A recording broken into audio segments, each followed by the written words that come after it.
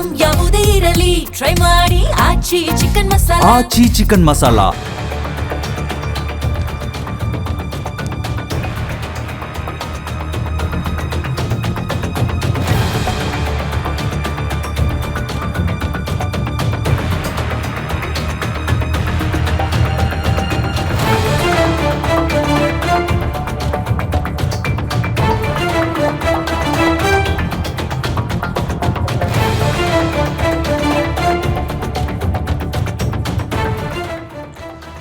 Major update ಸಿಗ್ತಾ ಇದೆ. ಶಾಸಕ ಭೈರತಿ ಬಸವರಾಜ್ ಅವರನ್ನ ಲಾಕ್ ಮಾಡಿದ್ದಾರೆ ಪೊಲೀಸರು. ಕೆಂಪೇಗೌಡ ಏರ್ಪೋರ್ಟ್ ನಲ್ಲಿ ಭೈರತಿ ಅವರು ಲಾಕ್ ಆಗಿದ್ದಾರೆ. ಭೈರತಿ ಬಸವರಾಜ್ ಅವರನ್ನ ಎಸಿಪಿ ಹರ್ಷ ಬಂಧಿಸಿದ್ದಾರೆ. ಖಚಿತ ಮಾಹಿತಿಯ ಮೇರೆಗೆ ಅಲ್ಲಿಗೆ ತೆರಳಿದ್ರು ಸಿಐಡಿ ಅಧಿಕಾರಿಗಳು, ಜೊತೆಗೆ ಪೊಲೀಸರು ಕೂಡ ಹೋಗಿದ್ರು. ಕೆಂಪೇಗೌಡ ಏರ್ಪೋರ್ಟ್ ನಲ್ಲಿ ಈಗ ಭೈರತಿ ಬಸವರಾಜ್ ಅವರನ್ನ ಅಧಿಕಾರಿಗಳು ಲಾಕ್ ಮಾಡಿದ್ದಾರೆ. 7 ತಿಂಗಳ ಬಳಿಕ ಸೆರೆಯಾಗಿದ್ದಾರೆ ಭೈರತಿ ಬಸವರಾಜ್ ಅವರು. ಬಿಕ್ಲು ಶಿವ ಕೊಲೆ ಕೇಸ್ಗೆ ಸಂಬಂಧಪಟ್ಟಂತೆ ಕೆಂಪೇಗೌಡ ಏರ್ಪೋರ್ಟ್ ನಲ್ಲಿ ಭೈರತಿ ಬಸವರಾಜನನ್ನ ವಶಕ್ಕೆ ಪಡೆದಿದ್ದಾರೆ ಪೊಲೀಸರು. ಬಿಜೆಪಿಯ ಶಾಸಕ ಭೈರತಿ ಬಸವರಾಜ್ ಈಗ ಪೊಲೀಸರ ವಶದಲ್ಲಿದ್ದಾರೆ. ನಿರೀಕ್ಷೆ ಮಾಡಿದ್ವಿ, ಯಾಕಂತಂದ್ರೆ ಭೈರತಿ ಬಸವರಾಜ್ ಅವರಿಗೆ ಬೇರೆ ಆಪ್ಷನ್ ಇರಲಿಲ್ಲ. ಒಂದು, ಕಾನೂನಿನ ಮೂಲಕ ಈಗ ಹೋಗಿ ನಿರೀಕ್ಷಣಾ ಜಾಮೀನನ್ನ ಪಡ್ಕೊಂಡು ಒಂದು ಸ್ವಲ್ಪ ತಪ್ಪಿಸ್ಕೊಳ್ಬೋದು ಅನ್ನುವಂಥ ಒಂದಷ್ಟು ಲೆಕ್ಕಾಚಾರಗಳಿತ್ತು. ಆ ಸಂದರ್ಭದಲ್ಲಿ ಯಾವಾಗ ಸುಪ್ರೀಂನಲ್ಲೂ ಕೂಡ ಅವರಿಗೆ ಹಿನ್ನಡೆ ಆಗತ್ತೆ, ಅವರಿಗೆ ಬೇರೆ ಆಪ್ಷನ್ ಇರಲಿಲ್ಲ, ಬರಲೇಬೇಕು, ಶರಣಾಗಲೇಬೇಕಿತ್ತು. ಆ ಒಂದು ಖಚಿತ ಮಾಹಿತಿಯ ಮೇರೆಗೆ ಭೈರತಿ ಬಸವರಾಜನನ್ನ ಬಂಧಿಸೋದಕ್ಕೆ ಅಧಿಕಾರಿಗಳು ತೆರಳಿದ್ರು. ಈಗ ಏರ್ಪೋರ್ಟ್ನಲ್ಲಿ, ಕೆಂಪೇಗೌಡ ಏರ್ಪೋರ್ಟ್ನಲ್ಲಿ ಭೈರತಿ ಬಸವರಾಜ್ ಅವರನ್ನ ಲಾಕ್ ಮಾಡಿದ್ದಾರೆ ಪೊಲೀಸರು. ಅದಾದ್ಮೇಲೆ ನೆಕ್ಸ್ಟ್ ಈಗ ಹೊರಗಡೆ ಕರ್ಕೊಂಡು ಬಂದಂತ ನಂತರದಲ್ಲಿ ಅವರಿಗೆ ಸಿಐಡಿ ಅಧಿಕಾರಿಗಳಿಗೆ ಒಪ್ಪಿಸ್ತಾರೆ. ಅದಾದ ಮೇಲೆ ಏನು ಪ್ರೊಸೀಜರ್ ಇದೆ, ಮೆಡಿಕಲ್ ಟೆಸ್ಟ್ಗಳನ್ನು ಮಾಡೋದು, ಅದಾದಮೇಲೆ ಕೋರ್ಟಿಗೆ ಪ್ರೊಡ್ಯೂಸ್ ಮಾಡೋದು, ಈ ಎಲ್ಲ ಪ್ರೊಸೀಜರ್ಗಳಾಗತ್ತೆ. ಬಿಕ್ಲು ಶಿವ ಕೊಲೆ ಕೇಸ್ಗೆ ಸಂಬಂಧಪಟ್ಟಂತೆ ಸಾಕಷ್ಟು ವಿಚಾರಗಳು ಇವರ ಬಗ್ಗೆ ಹರಿದಾಡ್ತಾ ಇತ್ತು. ಯಾಕಂತಂದರೆ ಆ ಕೊಲೆ ಕೇಸ್ನಲ್ಲಿ ಪ್ರಮುಖ ಆರೋಪಿಗಳ ಜೊತೆಗೆ ಒಡನಾಟ ಇತ್ತು. ವಿಚಾರಣೆಗೆ ಹೋದಂಥ ಸಂದರ್ಭದಲ್ಲಿ ಸುಳ್ಳು ಮಾಹಿತಿ ಕೊಟ್ಟಿದ್ದಾರೆ ಅನ್ನುವಂಥ ಆರೋಪವನ್ನು ಕೂಡ ಸದ್ಯ ಭೈರತಿ ಬಸವರಾಜ್ ಅವರು ಎದುರಿಸ್ತಾ ಇದ್ದಾರೆ. ಸಿಐಡಿ ಪೊಲೀಸರಂತೂ ನಿರಂತರವಾಗಿ ತಂಡಗಳನ್ನು ರಚನೆ ಮಾಡಿಕೊಂಡು ಹುಡುಕಾಟವನ್ನು ನಡೆಸ್ತಾ ಇದ್ರು. ಎಲ್ಲೆಲ್ಲಿ ಇವರು ಇರಬಹುದು, ಅಡಗಿರಬಹುದು ಅನ್ನುವಂಥ ಆಧಾರದ ಮೇಲೆ ಅವರಿಗಾಗಿ ತೀವ್ರ ಶೋಧವನ್ನು ನಡೆಸಿದ್ರು. ಬಟ್ ಈಗ ಕೊನೆಗೂ ಕೆಂಪೇಗೌಡ ಏರ್ಪೋರ್ಟ್ನಲ್ಲಿ ಭೈರತಿ ಅವರು ಲಾಕ್ ಆಗಿದ್ದಾರೆ. ಅವರನ್ನು ವಶಕ್ಕೆ ಪಡೆದಿದ್ದಾರೆ. 7 ತಿಂಗಳ ಬಳಿಕ ಸರಿಯಾಗಿದ್ದಾರೆ ಭೈರತಿ ಬಸವರಾಜ್ ಅವರು. ಅದು ಬಿಕ್ಲು ಶಿವ ಕೊಲೆ ಕೇಸ್ಗೆ ಸಂಬಂಧಪಟ್ಟಂತೆ ಅವರನ್ನು ಹುಡುಕದೇ ಇರುವಂಥ ಜಾಗನೇ ಇಲ್ಲ.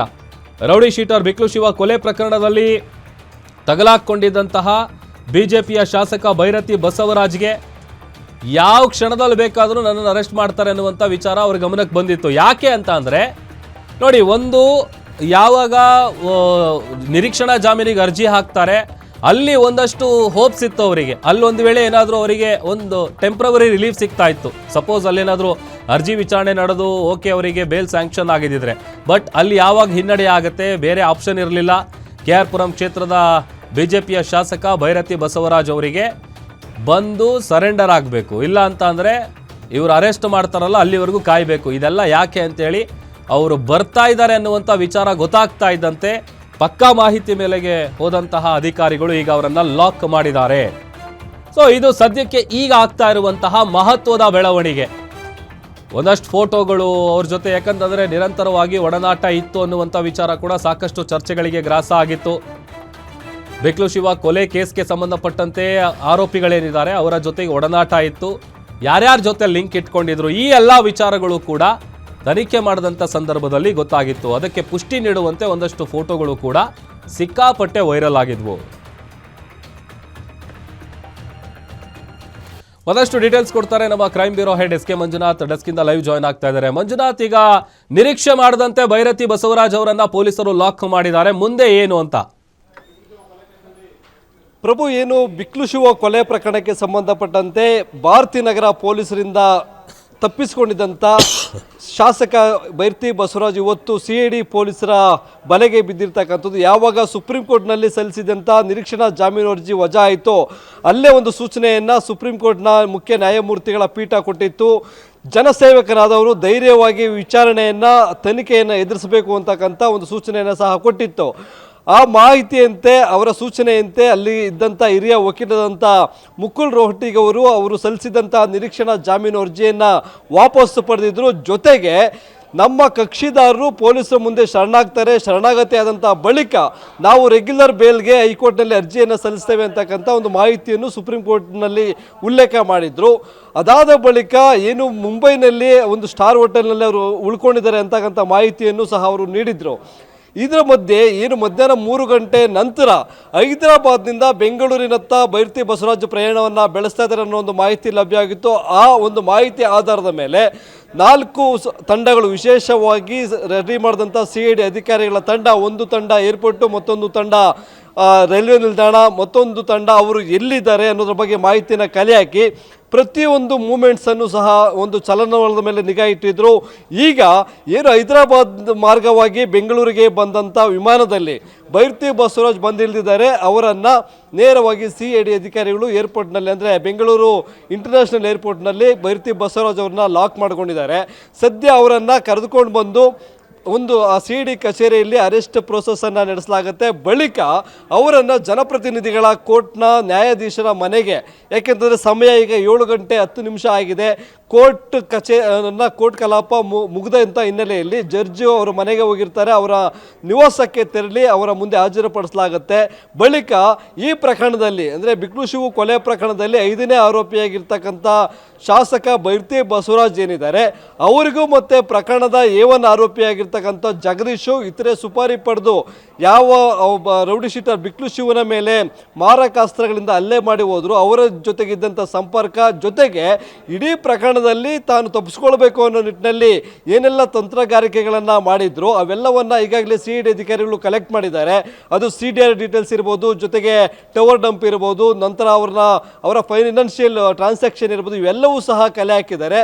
ಜೊತೆಗೆ ಬಿಕ್ಲು ಶಿವ ಅವರ ತಾಯಿ ಕೊಟ್ಟಂಥ ದೂರಿನಲ್ಲಿ ಈ ಹಿಂದೆ ನಡೀತದಂಥ ರಿಯಲ್ ಎಸ್ಟೇಟ್ ವ್ಯವಹಾರ, ಅದಕ್ಕೆ ಸಂಬಂಧಪಟ್ಟಂತೆ ಬೈರತಿ ಬಸವರಾಜ್ ಇಂದ ಏನು ಶಿವಕುಮಾರ್ಗೆ ಬರ್ತಾ ಇದ್ದಂಥ ಬೆದರಿಕೆ ಕರೆಗಳಿರ್ಬೋದು, ಜಗ್ಗ ಮತ್ತು ಇವರು ಆ ಕುಂಭಮೇಳಕ್ಕೆ ಹೋಗಿದ್ದಿರ್ಬೋದು, ಇವೆಲ್ಲ ಸಾಕ್ಷಿಗಳನ್ನು ಈಗಾಗಲೇ CID ಅಧಿಕಾರಿಗಳು ಸಂಗ್ರಹ ಮಾಡಿದ್ದಾರೆ. ಯಾವುದೇ ಕಾರಣಕ್ಕೂ ಅವರು ಹಿಂದೆ ಭಾರತೀ ನಗರ ಪೊಲೀಸ್ ಠಾಣೆಯಲ್ಲಿ ಕೊಲೆಯಾದ ಬಳಿಕ ಅಂದರೆ 2025 ಜುಲೈ 15ನೇ ತಾರೀಕಿನ ಕೊಲೆ ಆಗುತ್ತೆ. ಆ ಕೊಲೆ ಆದಂಥ ಬಳಿಕ ಒಂದು ನೋಟಿಸನ್ನು ಸರ್ವ್ ಮಾಡಿರ್ತಾರೆ. ಆ ಸಂದರ್ಭದಲ್ಲಿ ಏನು ಹೈಕೋರ್ಟ್ ಮೆಟ್ಲೇರಿ ನನ್ನನ್ನು ಬಂಧನದಿಂದ ವಿನಾಯಿತಿ ಮಾಡಬೇಕು ಅಂತಕ್ಕಂಥ ಒಂದು ಅರ್ಜಿಯನ್ನು ಸಲ್ಲಿಸಿದ್ರು. ಆ ಸಂದರ್ಭದಲ್ಲಿ ಕೋರ್ಟು ಬಂಧನದಿಂದ ವಿನಾಯಿತಿಯನ್ನು ಸಹ ಕೊಟ್ಟಿದ್ರು. ಆದರೆ ಆಗ ವಿಚಾರಣೆಗೆ ಹೋದಂಥ ಬೈರತಿ ಬಸವರಾಜ್ ಅವರು ಸಾಕಷ್ಟು ಸುಳ್ಳುಗಳನ್ನು ಹೇಳಿದರು, ಸ್ಪಷ್ಟವಾದಂಥ ಹೇಳಿಕೆಗಳನ್ನು ಕೊಟ್ಟಿರಲಿಲ್ಲ, ಸಾಕಷ್ಟು ಸತ್ಯಾಂಶಗಳನ್ನು ಮುಚ್ಚಿಟ್ಟಿದ್ರು ತನಿಖಾಧಿಕಾರಿಗಳ ಮುಂದೆ ಅಂತಕ್ಕಂಥದ್ದು CID ಪರ SPP ಏನು ಜಗದೀಶ್ ಮಂಡಿಸಿದಂಥ ವಾದದಲ್ಲಿ ಉಲ್ಲೇಖ ಮಾಡಿದ್ರು. ಅವರನ್ನು ಬಂಧನ ಮಾಡಿಯೇ ವಿಚಾರಣೆಯನ್ನು ಮುಂದುವರಿಸಬೇಕಾದಂಥ ಅವಶ್ಯಕತೆ ಇದೆ ಅಂತಕ್ಕಂಥ ಒಂದು ವಾದವನ್ನು ಏನು ಹೈಕೋರ್ಟ್ನ ಗಮನಕ್ಕೂ ಸಹ ತಂದಿದ್ರು. ಇವತ್ತು ನಡೆದಂಥ ಸುಪ್ರೀಂ ಕೋರ್ಟ್ನ ವಿಚಾರಣೆ ಆ ಹಿರಿಯ ವಕೀಲರ ಜೊತೆಗೆ ನಮ್ಮ ಏನು CID ಪರ ಇರ್ತಕ್ಕಂಥ SPP ಜಗದೀಶ್ ಅವರು ಸಹ ಹಾಜರಾಗಿದ್ದರು. ಅಲ್ಲೂ ಸಹ ಇದೇ ಮಾಹಿತಿಯನ್ನು ಕೋರ್ಟ್ನ ಗಮನಕ್ಕೆ ತಂದಿದ್ದಾರೆ. ಹೀಗಾಗಿ ಬಂಧನ ಪ್ರಕ್ರಿಯೆ ಮುಗಿದಂಥ ಬಳಿಕ ನ್ಯಾಯಾಧೀಶರ ಮುಂದೆ ಹಾಜರುಪಡಿಸಿ ಇಷ್ಟು ದಿನಗಳ ಕಾಲ ತಮಗೆ ಬೈರತಿ ಬಸವರಾಜು ವಿಚಾರಣೆಗೆ ಅವಶ್ಯಕತೆ ಇದೆ ಅನ್ನೋ ಒಂದು ಮಾಹಿತಿಯನ್ನು ರಿಮ್ಯಾಂಡ್ ಅಪ್ಲಿಕೇಶನನ್ನು ಸಲ್ಲಿಸ್ತಾರೆ.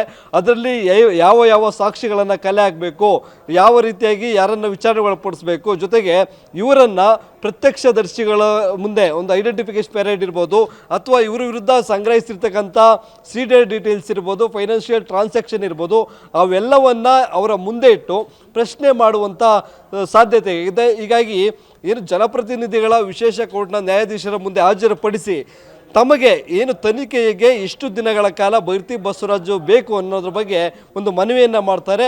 ಅದನ್ನು ಪರಿಶೀಲನೆ ಮಾಡಿ ನ್ಯಾಯಾಧೀಶರು ಬೈರತಿ ಬಸವರಾಜನ್ನು ಇಂತಿಷ್ಟು ದಿನಗಳ ಕಾಲ ಅಂತ ಸೂಚಿಸಿ CID ಕಸ್ಟಡಿಗೆ ಕೊಡುವಂಥ ಸಾಧ್ಯತೆಗಳು ಇರ್ತಕ್ಕಂಥದ್ದು. ಪ್ರಭು ಮಂಜುನಾಥ್, ಈ ಹಂತದಲ್ಲಿ ಏನಾದರೂ ಈಗ ಅವರನ್ನು ವಶಕ್ಕೆ ಪಡೆದಿದ್ದಾರೆ, ಈಗ ಅವ್ರ ಮುಂದೆ ಏನು ಆಪ್ಷನ್ಸ್ ಇದೆ, ಅಂದರೆ ಏನು ಆಯ್ಕೆ ಇದೆ ಬೈರತಿ ಬಸವರಾಜ್ ಅವ್ರ ಮುಂದೆ ಅಂತ? ಸದ್ಯ ಅವರ ಮುಂದೆ ಯಾವುದೇ ರೀತಿಯಾದಂಥ ಆಯ್ಕೆಗಳಿಲ್ಲ. ಅವರ ಪರ ವಕೀಲರು ಬಂದು ಈಗ ಏನು CID ಅಧಿಕಾರಿಗಳು ಜನಪ್ರತಿನಿಧಿಗಳ ಕೋರ್ಟ್ನ ನ್ಯಾಯಾಧೀಶರ ನಿವಾಸಕ್ಕೆ ಹಾಜರುಪಡಿಸ್ತಾರೆ. ಆ ಸಂದರ್ಭದಲ್ಲೂ ಅವರು ಜಾಮೀನು ಅರ್ಜಿಯನ್ನು ಸಲ್ಲಿಸುವಂಥ ಅವಕಾಶ ಇದೆ. ಆದರೆ ಈಗಾಗಲೇ ನಿರೀಕ್ಷಣಾ ಜಾಮೀನು ಅರ್ಜಿ ಇದೇ ಜನಪ್ರತಿನಿಧಿಗಳ ಕೋರ್ಟ್ನಲ್ಲೂ ವಜಾ ಆಗಿದೆ, ಜೊತೆಗೆ ಹೈಕೋರ್ಟ್ನಲ್ಲೂ 2 ಬಾರಿ ವಜಾ ಆಗಿದೆ, ಸುಪ್ರೀಂ ಕೋರ್ಟ್ನಲ್ಲೂ ವಜಾ ಆಗಿದೆ. ಇನ್ನೊಂದು ಕಡೆ ಸುಪ್ರೀಂ ಕೋರ್ಟು ಸ್ಪಷ್ಟವಾಗಿ ಹೇಳಿದೆ, ಇಲ್ಲಿ ಜನಸೇವಕ ಧೈರ್ಯದಿಂದ ತನಿಖೆಯನ್ನು ಎದುರಿಸಬೇಕು ಅಂತಕ್ಕಂಥ ಒಂದು ಸೂಚನೆ ಕೊಟ್ಟಿರ್ತಕ್ಕಂಥದ್ದು. ಹಾಗಾಗಿ ಅವರು ತನಿಖೆಯನ್ನು ಎದುರಿಸೋದಕ್ಕೆ ರೆಡಿ ಇದ್ದಾರೆ ಅಂತಕ್ಕಂಥ ಮಾಹಿತಿಗಳು ಲಭ್ಯವಾಗ್ತಾ ಇದೆ. ಆದರೆ ಕಾನೂನಿನಲ್ಲಿ ಒಂದು ಅವಕಾಶ ಇದೆ, ಯಾವುದೇ ಒಬ್ಬ ಆರೋಪಿಯನ್ನು ಬಂಧನ ಮಾಡಿದಂಥ ಸಂದರ್ಭದಲ್ಲಿ ಅದೇ ಸಮಯದಲ್ಲಿ ಏನು ಇವರು CID ಅಧಿಕಾರಿಗಳಿರ್ಬೋದು ಅಥವಾ ಯಾವುದೇ ತನಿಖಾ ತಂಡ ಒಂದು ರಿಮ್ಯಾಂಡ್ ಅಪ್ಲಿಕೇಶನನ್ನು ಹಾಕ್ತಾರೆ, ಆ ಸಂದರ್ಭದಲ್ಲಿ ಇವರು ಜಾಮೀನು ಅರ್ಜಿಯನ್ನು ಸಲ್ಲಿಸೋದಕ್ಕೆ ಅವಕಾಶ ಇದೆ. ಅದಕ್ಕೆ ಸಂಬಂಧಪಟ್ಟಂತೆ ಅವರು ವಕೀಲರನ್ನು ಸಂಪರ್ಕಿಸ್ಬೋದು. ಆದರೆ ಯಾವ ನಂಬರಿಂದ ಸಂಪರ್ಕ ಮಾಡ್ತಾರೆ ಅಂತಕ್ಕಂಥ ಕುತೂಹಲ ಈಗಾಗಲೇ ಕಾಡ್ತಾ ಇರ್ತಕ್ಕಂಥ. ಯಾಕಂದರೆ ಬೈರತಿ ಬಸವರಾಜ್ ಅವರು ಬಳಸ್ತಾ ಇದ್ದಂಥ ಅವರ ಪರ್ಸನಲ್ ನಂಬರನ್ನು ಸುಮಾರು 45 ದಿನಗಳ ಹಿಂದೆಯೇ ಸ್ವಿಚ್ ಆಫನ್ನು ಮಾಡಿದ್ರು. ಅವರ ಜೊತೆ ಬೆಂಬಲಿಗರು ಯಾರು ಸಿಗ್ತಾರೆ ಅವರ ಮೊಬೈಲನ್ನು ಪಡೆದುಕೊಂಡು ಇವರು ವಕೀಲರ ಜೊತೆಗೆ ಸಂಪರ್ಕದಲ್ಲಿದ್ದರು ಅಂತಕ್ಕಂಥದ್ದು.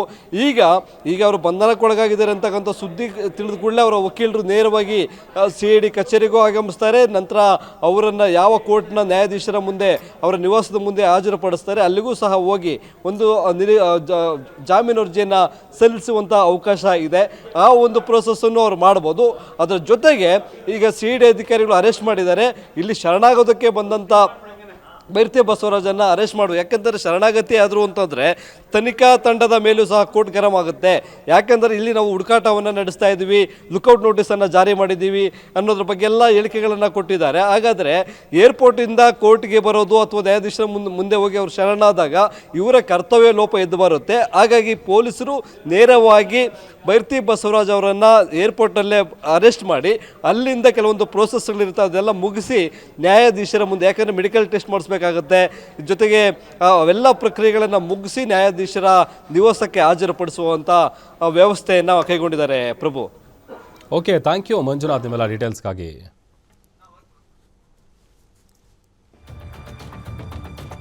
ನೋಡಿ, rowdy sheeter Shivaprakash alias Biklu Shiva ಕೊಲೆ ಪ್ರಕರಣಕ್ಕೆ ಸಂಬಂಧಪಟ್ಟಂತೆ ಬಿಜೆಪಿ ಶಾಸಕ ಬೈರತಿ ಬಸವರಾಜ್ ಅವರನ್ನ ದೇವನಹಳ್ಳಿ ಪೊಲೀಸರು ವಶಕ್ಕೆ ಪಡ್ಕೊಂಡಿದ್ದಾರೆ. ಸುಪ್ರೀಂ ಕೋರ್ಟ್ ನಿರೀಕ್ಷಣಾ ಜಾಮೀನು ನಿರಾಕರಿಸುವ ಮೂಲಕ ಅವರಿಗೆ ಶಾಕ್ ಅನ್ನ ಕೊಟ್ಟಿತ್ತು. ಇದೀಗ ಅಹಮದಾಬಾದ್ನಿಂದ ಬೆಂಗಳೂರಿಗೆ ಬಂದು ಇಳಿತಾ ಇದ್ದಂತೆ CID ಪೊಲೀಸರು ಶಾಸಕರನ್ನ ವಶಕ್ಕೆ ಪಡೆದಿದ್ದಾರೆ. ಸೈಟ್ ವಿವಾದಕ್ಕೆ ಸಂಬಂಧಪಟ್ಟಂತೆ ನಡೆದಂತಹ ಬಿಕ್ಲು ಶಿವ ಕೊಲೆ ಪ್ರಕರಣದಲ್ಲಿ ಸುಪ್ರೀಂ ಕೋರ್ಟ್ ಯಾವಾಗ ನಿರೀಕ್ಷಣಾ ಜಾಮೀನು ಅರ್ಜಿಯನ್ನ ನಿರಾಕರಿಸಿದೆ ಅದರ ಬೆನ್ನಲ್ಲೇನೆ ಈಗ ಅವರನ್ನ ವಶಕ್ಕೆ ಪಡ್ಕೊಂಡಿದ್ದಾರೆ.